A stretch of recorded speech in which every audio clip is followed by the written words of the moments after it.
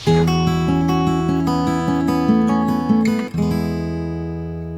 हम स्टार्ट करने जा रहे हैं chapter 8 which is level annuity. Level annuity सबसे पहले तो चैप्टर का नाम है लेवल एन्युटी, यानी लेवल अलग है एन्युटी अलग है। तो पहले मैं बताता हूं एन्युटी क्या होता है। A sequence of periodic payments. देखो, जैसे आपने पिछले चैप्टर में देखा था, जब हमने डिस्काउंटिंग एंड एक्यूमुलेटिंग पढ़ा था, तो हमने देखा था कि टाइम 1 पे, टाइम 3 पे, फिर टाइम 4 पे, फिर टाइम 8 पे, इस तरह से हम रैंडम पेमेंट्स और अलग अलग अमाउंट की कुछ पेमेंट्स करते थे। ठीक है, वहां पर भी हमने प्रेजेंट वैल्यू कैलकुलेट कर लिया था। तो एन्युटी में भी सीक्वेंस ऑफ पेमेंट तो है, बट इसमें बस ये होगा कि जो टाइम गैप है ना, वो एक फिक्स्ड अमाउंट रहता है। यानी कि जब भी आप एक फिक्स टाइम के बाद अमाउंट पे कर रहे होते हैं, एक कुछ भी अमाउंट हो सकता है, तो उसको हम एन्युटी कहते हैं। एक चीज का ध्यान रखना, एन्युटी का एनुअल से कुछ लेना देना नहीं है। एन्युटी का एनुअल से कुछ लेना देना नहीं है। Annuity monthly, quarterly, half yearly, annually या किसी और इंटरवल की भी हो सकते हैं। 2 साल में एक बार भी दे सकते हैं हम, हर हफ्ते भी दे सकते हैं हम, हर रोज भी दे सकते हैं। जहां पर भी आपने एक फिक्स टाइम गैप के बाद एक फिक्स अमाउंट पे करना है, वहां पर उसको हम एन्युटी कहते हैं। अब जब हमने एन्युटी तो समझ लिया कि एन्युटी क्या होती है, एग्जाम्पल इसके एन्युटी के क्या हो सकते हैं। आप कहीं जॉब करते हैं, आपको हर महीने उसकी सैलरी मिलती है, वो एक एन्युटी है। ठीक है, आप कॉलेज में पढ़ते हैं, हर क्वार्टर की आपकी कॉलेज की फीस जाती है, वो एक एन्युटी है। आपने इंश्योरेंस करवा रखा है, जिसका हर साल आप लाइफ इंश्योरेंस है, हर साल आपका एक फिक्स अमाउंट एक प्रीमियम की फॉर्म में देते हैं, वो भी एक एन्युटी है। ठीक है, आपने गाड़ी ले रखी है, जिसके लिए आपको हर महीने उसकी ईएमआई देनी पड़ती है, वो भी एक एन्युटी है। आपने हाउसिंग लोन ले रखा है, जिसके लिए हर महीने आपको कुछ पैसा देना पड़ता है, वो भी एक एन्युटी है।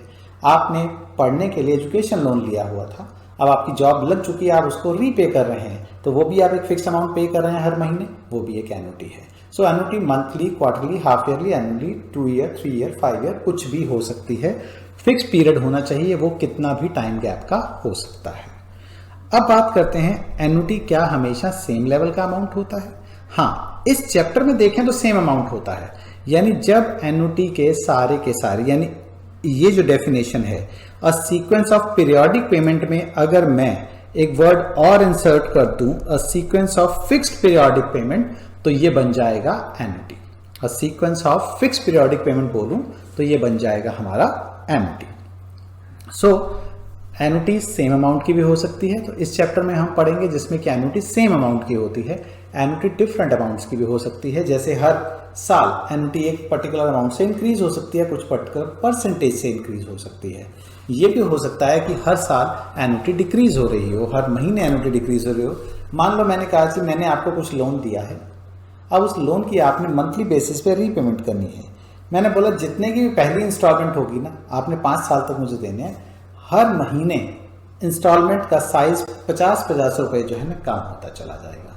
मैंने बोला है हर महीने इंस्टॉलमेंट का साइज 50-50 रुपये कम होता चला जाएगा, और पे करना है आपको 60 मंथ तक। तो ये क्या हो गया, ये डिक्रीजिंग एन्युटी हो गया।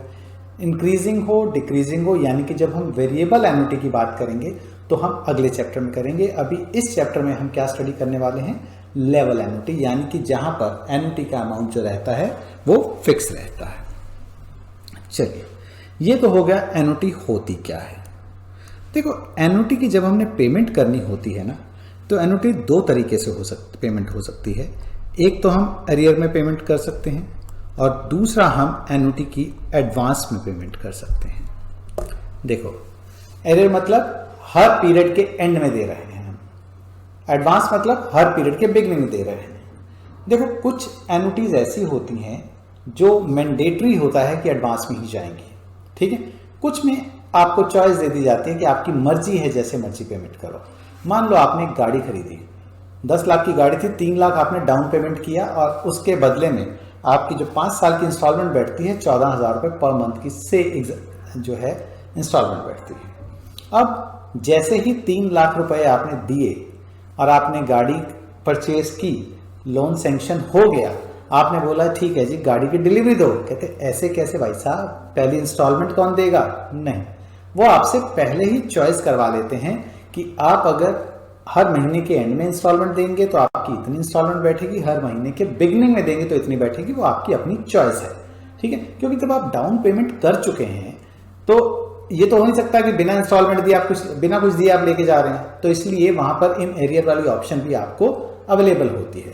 पर अगर मैं ये कहूं, मान लो लाइफ इंश्योरेंस है, लाइफ इंश्योरेंस के केस में अगर मैं ये कहूं कि आपने कुछ नहीं पे किया और आपको इंश्योरेंस दे दी और आपको बोला कि आपको 1 साल के एंड में पे करना है, क्या पता 1 साल के एंड पे आपका मन बदल जाए या भगवान की आपके ऊपर नजर बदल जाए, जिस सिचुएशन में प्रीमियम देने की जरूरत ही ना पड़े और कंपनी को क्लेम देना पड़ जाए।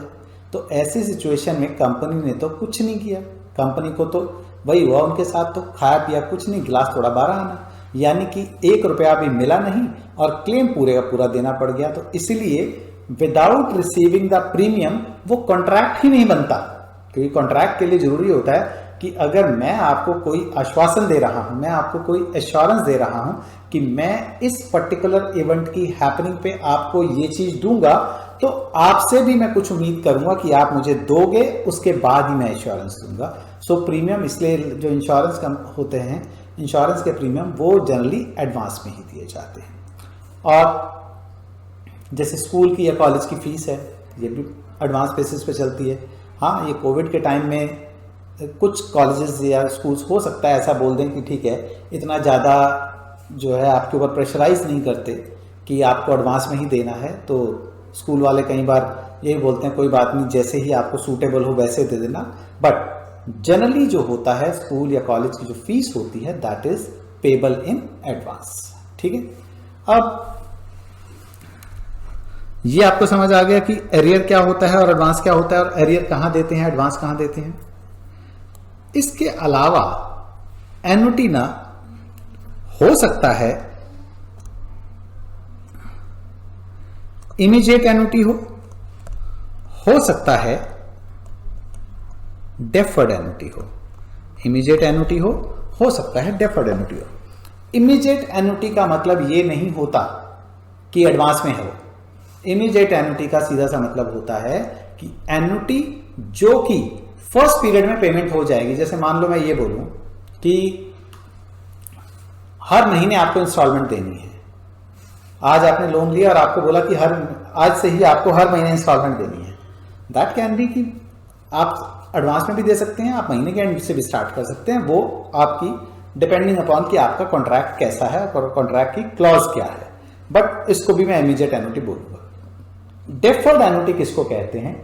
डेफर्ड एन्युटी कहते हैं ऐसी एन्युटी जिसमें कि फर्स्ट पेमेंट जो होती है उसको कुछ पीरियड के लिए पोस्टपोन कर दिया जाता है, लाइक एजुकेशन लोन। ठीक है, एजुकेशन लोन्स में क्या होता है, अब आपने एजुकेशन पर्पस के लिए 10 लाख रुपए का MBA करने के लिए लोन लिया। ठीक है, अब जब तक आपकी जॉब नहीं लगती तब तक आपके पैसे कैसे दे पाओगे, आप लोन की किस्तें कैसे भरोगे आप? तो इसलिए वो क्या कहते हैं, वो कहते हैं 2 साल आपने कोर्स करना है, 6 महीने आपको और दिए, 2.5 साल के बाद आपकी इंस्टॉलमेंट स्टार्ट हो जाएंगी। अब आप बोलोगे 2.5 साल के बाद जॉब ना लगी तो उसके पीछे, उस लोन के पीछे आपके पेरेंट्स की गारंटी भी है, तब वो गारंटी को एग्जीक्यूट करवाएंगे। वो कहेंगे ठीक है जी, बच्चा नहीं दे रहा ना दे, आप तो दोगे, क्योंकि जो गारंटी है उसकी आपने दे रखी है। तो ये तो सारी कैटेगरीज हो गई कि एन्युटीज क्या होती हैं, कैसे पे होती है, इमीडिएट होती है, डेफर्ड होती है, ये सब चीजें। अब एक एक करके हम समझते हैं कि हमें अगर एन्युटी की प्रेजेंट वैल्यू, एक्यूमुलेटेड वैल्यू कुछ भी निकालना हो तो हम किस तरह से निकालते हैं। तो फर्स्ट सिनेरियो हमारा आता है to find the present value of ordinary annuity. अब ये ऑर्डिनरी एन्युटी का मतलब क्या हुआ? ऑर्डिनरी एन्युटी का मतलब होता है annuity payable in arrear, annuity payable in arrear. इसको एन्युटी ऑर्डिनरी क्यों कहा जाता है? सच्चे हिंदुस्तानी होने के नाते अगर मुझे ये कहा जाए कि मुझे किसी को इस मंथ में पैसे देने हैं तो दिल पे हाथ रख के बताओ कि क्या 1 तारीख को दोगे या 30 तारीख को दोगे। मैंने सिर्फ ये बोला है कि आपने इस महीने पैसे दे देने हैं, तो बस क्या जवाब है? 30 तारीख। शाम तक का वेट करोगे कि 30 तारीख को ही दे के आएंगे। तो इसलिए ऑर्डिनरी का मतलब जब आप पीरियड के एंड में पे कर रहे होते हैं। ऑर्डिनरी का मतलब जब आप पीरियड के एंड में पे कर रहे होते हैं। तो मान लेते हैं 1 2 3 4 अप टू n, ये आपकी n पेमेंट्स होनी है। 1 1 1, देखो एन्युटी का अमाउंट कुछ भी हो सकता है, 1 का भी हो सकता है, 1000 का भी हो सकता है, 200 का भी हो सकता है, 500 का भी हो सकता है। मैं अभी 1 रुपये के हिसाब से कैलकुलेट कर लेता हूं और उसके बाद फिर फॉर्मूला डिराइव करना ना मुझे, तो बेसिकली तो मैं 1 रुपये के हिसाब से ही कैलकुलेशन कर रहा हूं। सो अगर मुझे इन सब की प्रेजेंट वैल्यू एट 0 चाहिए, इन सब की मुझे प्रेजेंट वैल्यू एट 0 चाहिए, तो मैं क्या करूंगा? देखो प्रेजेंट वैल्यू एट 0 की जो नोटेशन होती है वो होती है an। प्रेजेंट वैल्यू की नोटेशन ये है an, ठीक है। an किसके बराबर होगा? इस पहले 1 को मैं एक पीरियड पीछे लाना चाहता हूं तो v पावर 1 करूंगा, फिर v पावर 2 करूंगा, फिर v पावर 3 करूंगा, फिर v पावर 4 करूंगा, प्लस सो ऑन v की पावर n करूंगा। चलो जी, कर दिया। अब ये बन गई मेरी एक क्या? ये मेरी बन गई एक जीपी, ठीक है। ये मेरी बन गई एक जीपी। अब जीपी का जो सम ऑफ n टर्म्स होता है उसके लिए हमारे पास ना 3 फॉर्मूले होते हैं सम ऑफ n टर्म्स के लिए। एक तो होता है a rn minus 1 upon r minus 1, ये तब लगता है when r is greater than 1, ठीक है, when r is greater than 1। एक होता है a 1 minus r power n upon 1 minus r if r is less than 1 and n times a if r is equal to 1। तो v जो होता है, v क्या होता है? As v is always less than 1, ठीक है। ये आपको अगर डेरिवेशन आता है तो लिख के दिखाने की जरूरत नहीं है आपको कि v इज लेस देन 1। हमें पता है v इज लेस देन 1, क्यों? 1 से छोटा क्यों होता है? यस, हाँ, v जो होता है 1 बाय 1 प्लस i होता है और i पॉजिटिव होता है, तो 1 upon a number more than 1 अगर करूंगा that will be less than 1, यानी that quantity will be less than 1। अब क्योंकि v लेस देन 1 है तो इसलिए इसका सम क्या हो जाएगा? a 1 minus r power n upon 1 minus r, ठीक है, विच is 1 minus v power n divide by, इस v को मैं इधर लाके डिवाइड कर दूं तो 1 माइनस v बाय v हो जाएगा। So that becomes 1 minus v power n divided by 1 by v minus 1, which is 1 minus v power n upon 1 plus i minus 1। So a n का मेरा एक्सप्रेशन 1 से 1 cancel हुआ, सो a n का मेरा expression क्या आ गया? a n का मेरा एक्सप्रेशन आ गया 1 minus V N divided by i, ठीक है। a n का मेरा एक्सप्रेशन आ गया 1 minus V N divided by i, ठीक है। अब जैसे मान लो मुझे एक, चलो एग्जाम्पल से इसकी वैल्यू कैलकुलेट करना सीखते हैं। जैसे ये देखिए A23 एट 15% पर एनम इफेक्टिव निकालना है, तो A23 चाहिए मुझे, विच is 1 minus V power 23 divided by i, ठीक है, at the rate of 15%। So 1 minus 1.15 rest power minus 23 divide by 0.15। आप चाहो तो 15% की टेबल में से V23 की वैल्यू देख सकते हो, बट जब आप टेबल में वैल्यू देखने ही जा रहे हो तो फिर V23 की क्यों देखते हो? आपको डायरेक्टली 15% की टेबल में AN का कॉलम भी दिया होता है, AN का कॉलम भी दिया होता है, तो अगर AN का कॉलम दे रखा है तो डायरेक्टली वहां से A23 की वैल्यू निकालोगे।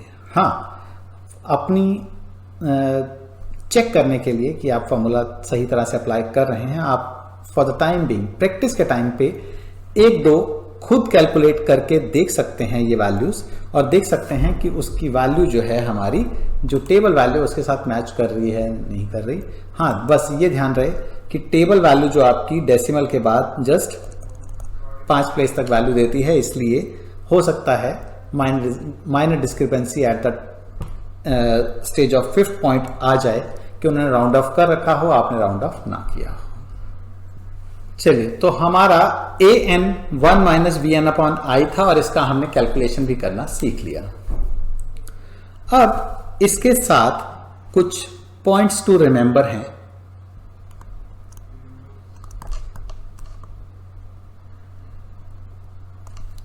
पॉइंट नंबर 1, आई क्या है?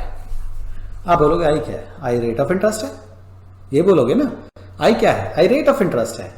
रेट ऑफ इंटरेस्ट तो है, पर क्या है? पर एनम है, क्या है? अभी तक हमने ये पढ़ा था कि I is the rate of interest per annum, effective rate of interest per annum होता है। यहां पर ध्यान रहे, I is the rate of interest per conversion period या effective rate of interest, effective rate of interest per interest interval. अब आप बोलोगे ये कौन सी नई चीज आ गई, इंटरेस्ट इंटरवल? ठीक है, तो देखो इंटरेस्ट इंटरवल क्या होता है। मान लो आपको क्वेश्चन दिया है, उसमें रेट ऑफ इंटरेस्ट दिया I12 इज इक्वल टू 18%। तो यहां पर क्योंकि साल में 12 बार इंटरेस्ट लग रहा है, तो आपका इंटरेस्ट इंटरवल जो है वो क्या है? मंथ है। इंटरेस्ट इंटरवल क्या है? मंथ है। तो जो हमारा आई होगा ना, वो एक मंथ का इंटरेस्ट होगा। तो एक मंथ का इफेक्टिव रेट ऑफ इंटरेस्ट कितना आना चाहिए? 1.5% पर मंथ। तो आपको पर मंथ लिखने की जरूरत नहीं है, सीधा सीधा आपके लिए जो आई है वो क्या है? 1.5% है। मान लो आपके लिए I4 गिवन है 12%। क्योंकि साल में 4 बार इंटरेस्ट मिल रहा है, इसलिए आपका जो इंटरेस्ट इंटरवल है वो क्या होगा? वो क्वार्टर का होगा। तो आई आपके लिए क्या हो जाएगा? आई हो जाएगा एक क्वार्टर का इंटरेस्ट, विच इज 3% पर क्वार्टर। आई हो गया हमारा 3% पर क्वार्टर का इंटरेस्ट। ठीक है, तो जब भी आप फॉर्मूला लगाने जाओ एन्युटी के लिए, मेक श्योर आप सबसे पहले आइडेंटिफाई कर लो कि आपका इंटरेस्ट इंटरवल क्या है। ठीक है, चलिए ये तो हो गया आई क्या होता है। अब ए एन आपको देता है प्रेजेंट वैल्यू। कहां पे? 0 पे तो होती है प्रेजेंट वैल्यू, वो बात नहीं कर रहा मैं। ए एन आपको प्रेजेंट वैल्यू देता है कहां पे? मैंने आपको ये बताया पेमेंट स्टार्ट कहां से हो रही है? 1 से। प्रेजेंट वैल्यू कहां आ रही है? प्रेजेंट वैल्यू कहां आ रही है? 0 पे। यानी कि आपका पेमेंट इंटरवल के शुरू में आ रही है। जहां आपने फर्स्ट पेमेंट की है, वहां से एक पीरियड पहले प्रेजेंट वैल्यू आ रही है। तो बस ये ध्यान रखना, A N gives the present value, A N gives the present value at the time which is one payment interval before the first payment। अब आप बोलोगे ये नई कहानी क्या आ गई? पेमेंट इंटरवल क्या होता है? देखो, अगर आपकी पेमेंट मंथली हो रही है तो पेमेंट इंटरवल 1 मंथ का है। पेमेंट क्वार्टरली हो रही है तो पेमेंट इंटरवल एक क्वार्टर का है। तो बस सीधा सा ये ध्यान रखना है कि अगर मंथली पेमेंट हो रही है, ठीक है, in case of monthly payment, अगर आप ऑर्डिनरी एन्युटी का फॉर्मूला ए एन लगाएंगे तो वो आपको प्रेजेंट वैल्यू जहां से पेमेंट स्टार्ट हुई है उसके 1 महीना पहले देगा। जैसे मान लो आप कहते हो जी हमने 1 मार्च से पेमेंट स्टार्ट हुई है, हर महीने दे रहे हैं पैसा, तो जो प्रेजेंट वैल्यू ए एन आएगी ना, वो कहां आएगी? 1 फेब पे आ जाएगी। ठीक है, एनुअल पेमेंट हो रही है, 1 साल पीछे देगा वैल्यू। क्वार्टरली हो रही है, 1 क्वार्टर पीछे देगा। मंथली हो रही है, 1 मंथ पीछे देगा। यानी कि एक पेमेंट इंटरवल पीछे वो आपकी वैल्यू प्रोवाइड करेगा आपको ए एन। तो बस आपको क्वेश्चन में ऑर्डिनरी एन्युटी का फॉर्मूला लगाना है, उसको लगाने से पहले ये देख लेना कि आपको प्रेजेंट वैल्यू कहां चाहिए है। If present value is required, 1 payment interval before the first payment, then we use the formula for ordinary annuity. ठीक है, present value of ordinary annuity. Point number 3, AN is given in tables, तो इसलिए problem है ही नहीं। But वो rate of interest given होते हैं, उन्हीं के अकॉर्डिंग होती है। AN is applicable when interest interval is equal to payment interval, यानी कि आप ये फॉर्मूला तभी डायरेक्टली लगाते हो अगर आपको जो इंटरेस्ट का इंटरवल है और पेमेंट का इंटरवल सेम है, यानी कि मंथली इंटरेस्ट मिल रहा है तो मंथली पेमेंट हो रही है, मंथली क्वार्टरली इंटरेस्ट है तो क्वार्टरली पेमेंट है, एनुअल इंटरेस्ट है तो एनुअल पेमेंट हो रही है। तो आपको पेमेंट इंटरवल और इंटरेस्ट का इंटरवल मैच कर रहा हो तभी आपने डायरेक्टली फॉर्मूला लगाना है, नहीं तो आगे हम पढ़ेंगे क्या करना होता है। ठीक है, चलिए एक इसका क्वेश्चन देख लेते हैं। एक ये क्वेश्चन पढ़िए जरा, कैलकुलेट द प्रेजेंट वैल्यू कहां पे, 1 जनवरी 2006 पे 5000 payable on the first day of each month from Feb से पेमेंट स्टार्ट है, फेब से है, लास्ट पेमेंट हमने 1 दिसंबर 2006 को की है। अब आपकी पेमेंट स्टार्ट कहां से हो रही है, यहां से हो रही है, तो पेमेंट का इंटरवल क्या है, मंथ है। इंटरेस्ट कैसा दिया है, 15% पर एनम कन्वर्टेबल मंथली, तो I12 दिया है 15%, तो मेरा I क्या हो जाएगा 15/12, दैट इज 1.25%। बात समझ आ गई? मैंने क्या बताया था, इंटरेस्ट अगर एनुअल बेसिस पे दिया है तो आपके लिए I 1 साल का इंटरेस्ट है, अगर इंटरेस्ट मंथली बेसिस पे दिया है तो आपके लिए I क्या है, 1 मंथ का इंटरेस्ट है। ठीक है, सो पेमेंट इंटरवल मंथली है, इंटरेस्ट इंटरवल मंथली है, इसलिए डायरेक्टली फॉर्मूला लग सकता है। नाउ माय क्वेश्चन इज, मैं इसमें ऑर्डिनरी लगाऊं या ऑर्डिनरी फॉर्मूला लगेगा या नहीं लगेगा। आप ये देखो, आप बोलोगे इसके अलावा और लग क्या सकता है, अभी हमने पढ़ा ही क्या है इसके अलावा, हमने कुछ नहीं पढ़ा इसके अलावा। बट अभी मैं सिर्फ ये जानना चाहता हूं, क्या इसकी प्रेजेंट वैल्यू जहां पे मुझे चाहिए है वहां मिलेगी या नहीं मिलेगी। देखो पेमेंट कैसे हो रही है, यस मंथली हो रही है, पेमेंट मंथली हो रही है, चाहे फर्स्ट डे पे हो रही है। ठीक है, आप बोलोगे ये तो स्टार्ट ऑफ ईच मंथ हो रही है, स्टार्ट से फर्क नहीं पड़ता, हमें प्रेजेंट वैल्यू कहां चाहिए है, हमें प्रेजेंट वैल्यू चाहिए कहां पे, 1 month before from the first payment, और पेमेंट इंटरवल क्या है, 1 मंथ का है, यानी if the present value is required 1 payment interval before the first payment, we use the formula for ordinary annuity. अब इसका मतलब हमारी नंबर ऑफ पेमेंट्स कितनी है, नंबर ऑफ पेमेंट्स है हमारी फेब से स्टार्ट होकर दिसंबर तक, तो 11 पेमेंट्स हैं हमारी। तो अगर 1-1 रुपए की 11 पेमेंट्स की होती तो हमारा आंसर होता A11।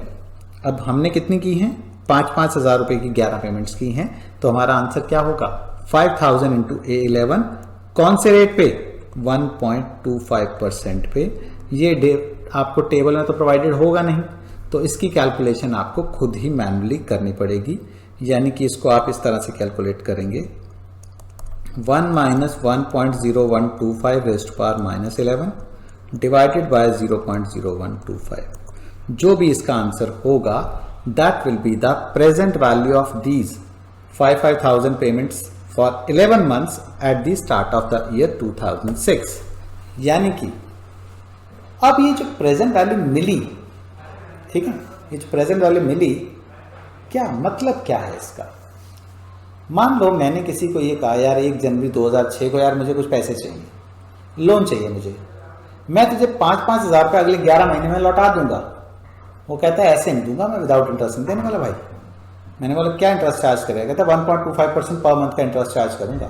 तो आज की डेट में उन 5-5 हजार की 11 पेमेंट्स की वैल्यू क्या है, प्रेजेंट वैल्यू निकाल ली हमने, उतने ही पैसे का वो मुझे लोन देने को तैयार हो जाएगा। यानी कि इतना पैसा मुझे अगर आज मिल जाए तो मैं उसके बदले में 5-5 हजार की 11 पेमेंट्स करके अपना loan with interest at the rate of 1.25% per month चुका सकता हूं। तो मालूम चल गया प्रेजेंट वैल्यू ऑफ एन्युटी होती क्या है, कैलकुलेट कैसे करते हैं, कैलकुलेट क्यों करते हैं। ठीक है, चलिए। अच्छा, अगर एक चीज और, अगर n 0 हो जाए तो ए एन क्या होगा, एन 0 हो जाए तो ए एन भी 0 ही होगा। सीधा सा लॉजिक है। कुछ नहीं दोगे तो उसके बदले मिलने वाला भी कुछ नहीं है। आप बोलते जी मैं ना पे तो एक भी इंस्टॉलमेंट नहीं करूंगा, तो मिलेगा भी आपको कुछ भी नहीं। तो इसका मतलब अगर एन 0 है तो आपके लिए ए एन भी क्या होगा, 0 ही होगा।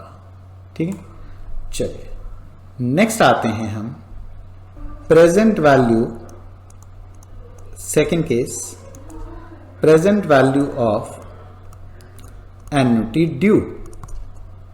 अब एन्युटी ड्यू का मतलब क्या होता है?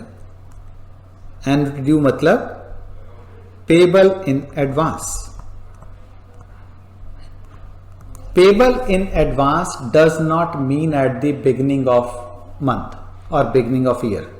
पेबल इन एडवांस का मतलब फर्स्ट पीरियड के बिगिनिंग में। ठीक है ना, जैसे पिछले क्वेश्चन में आपको ध्यान होगा पेमेंट 1 फेब से स्टार्ट हो रही थी। आप बोलोगे ये तो बिगिनिंग में, बट प्रेजेंट वैल्यू कहां चाहिए थी, 1 जन पे चाहिए थी। तो आपके लिए फर्स्ट पीरियड क्या था, जन का, तो जन में तो नहीं हुई ना पेमेंट। तो पेमेंट जहां पर एडवांस की बात होती है तो फर्स्ट पीरियड के बिगिनिंग में ही पेमेंट हो जानी चाहिए। तो इसका अगर मैं प्रेजेंट वैल्यू निकालना चाहूं तो पेमेंट 0 से स्टार्ट हो जाएगी। आखिरी पेमेंट n-1 पे होगी, n पे कोई पेमेंट नहीं की जाएगी।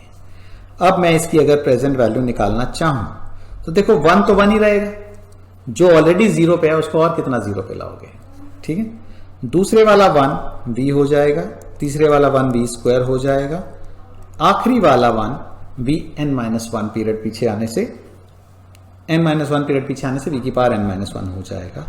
Still there are n number of terms. ध्यान रहे अभी भी नंबर ऑफ टर्म्स में कोई कमी नहीं आई है, वो अभी भी n की n ही है। तो सम ऑफ n टर्म्स का फॉर्मूला जो है प्रेजेंट वैल्यू की जो नोटेशन होती है वो होती है a:(n). 2 बिंदियां लगा देनी है इनको। Read as a due n, read as a due n। तो जो a ड्यू n है वो क्या होगा, a 1 - r power n upon 1 - r। ठीक है, आपको पता है 1 - v d के बराबर होता है। 1 - v power n d power n नहीं होता, 1 - vn तो 1 - vn ही रहेगा।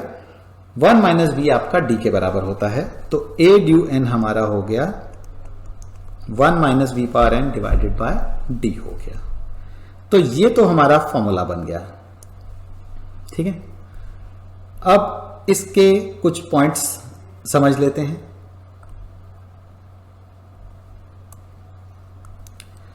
इसके रिलेशन में जो पॉइंट्स टू रिमेंबर हैं वो क्या है?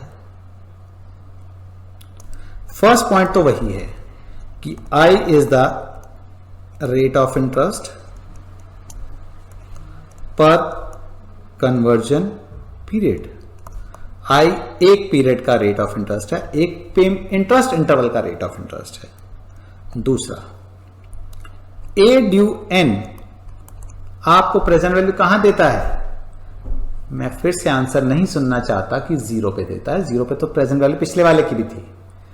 पेमेंट के रिलेशन में बताओ, A due n gives the present value कहां पे? 0 पे। ठीक है, 0 पे पहली पेमेंट हो रही है, यानी कि A due n gives the present value eight the time of first payment. यानी जहां पे फर्स्ट पेमेंट हो रही है ना, प्रेजेंट वैल्यू आपको वहीं पे चाहिए है। तो इसका मतलब है आप इसमें A ड्यू n का फॉर्मूला लगाएंगे। तो क्या मतलब हुआ इसका कि if the present value is required at the time of first payment we use formula for annuity due. यानी पिछले क्वेश्चन में अगर 1 फेब 2006 की बजाय फर्स्ट जन 2006 की बजाय 1 फेब 2006 पे प्रेजेंट वैल्यू चाहिए होती तो हमने 11 पेमेंट्स में एन्युटी ड्यू का फॉर्मूला लगा दिया होता। फॉर्मूला ये। पॉइंट नंबर 3, आपने देखा कि A ड्यू n क्या है? 1 + v + v² + so on up to v power n - 1 के बराबर है। जब हमने v से लेकर vn तक ऐड किया था तो वो an के बराबर बना था। तो अगर मैं सिर्फ इतनी सी टर्म्स को ऐड कर दूं तो ये मेरा an-1 बन जाएगा। तो a ड्यू n हमारा क्या हो गया, 1 प्लस an-1 हो गया। तो अगर मान लो मैं कहूं जी टेबल में मुझे a ड्यू n तो दिया नहीं होता, a due n is not given in tables। तो अगर मुझे a ड्यू 18 की टेबल वैल्यू मतलब वैल्यू निकालनी आ जाए और रेट ऑफ इंटरेस्ट दिया है से 10%, मैंने सोचा यार 10% तो टेबल में होता है बट a ड्यू n नहीं होता, तो अगर a ड्यू 18 चाहिए तो कोई बात नहीं, a 17 देख के उसमें 1 ऐड कर देना, तभी आंसर आ जाएगा आपका। एक और a ड्यू n हमारा 1 plus v square plus so on up to vn-1 के बराबर है। अगर मैं दोनों तरफ v से मल्टीप्लाई कर दूं तो 1 का v बन गया, v का v स्क्वायर बन गया, vn-1 का vn बन गया, जो कि किसके बराबर है, an के बराबर है। तो अगर मुझे a ड्यू n चाहिए हो, what I have to do, मुझे 1 by V times A N करना होगा। 1 बाय वी क्या होता है, 1 plus I times A N करना होगा, ठीक है। तो ए ड्यू एन का रिलेशन क्या आ गया, 1 plus I times A N. तो अब जैसे मैंने कहा मुझे ए ड्यू 18 एट 10% चाहिए था, एक तरीका तो ये था। दूसरा तरीका ये भी हो सकता है कि मैं 1.10 इंटू A18 कर दूं, बात एक ही है। A18 टेबल से मिल जाएगा, उसको 1.10 से मल्टीप्लाई कर दूंगा, मेरा आंसर आ जाएगा। अगर A ड्यू 0 होता तो आप बोलोगे 1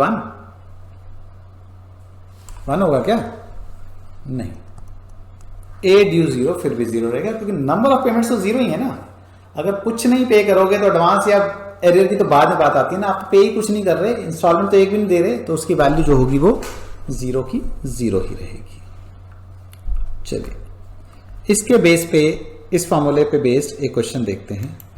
ए ड्यू 16 एट 12% पर एनम इफेक्टिव, ये अभी आप खुद कर लो, ठीक है।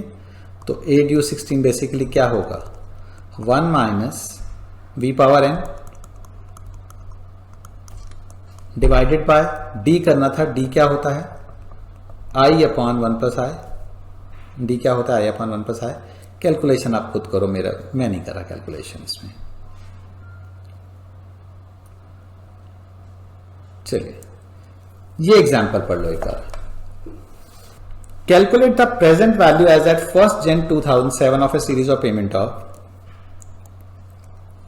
प्रेजेंट वैल्यू कहां चाहिए, 1st Jan 2007 पे। पेमेंट कब से हो रही है, जन 2007 से। लास्ट कहां हो रही है, जन 2015 पे। तो 7 पे, 8 पे, 9 पे, 10 पे, 11 पे, 12, 13, 14 और 15, यानी यहां पे भी पेमेंट हुई है। तो 1, 2, 3, 4, 5, 6, 7, 8 और 9, नंबर ऑफ पेमेंट्स हो गई 9।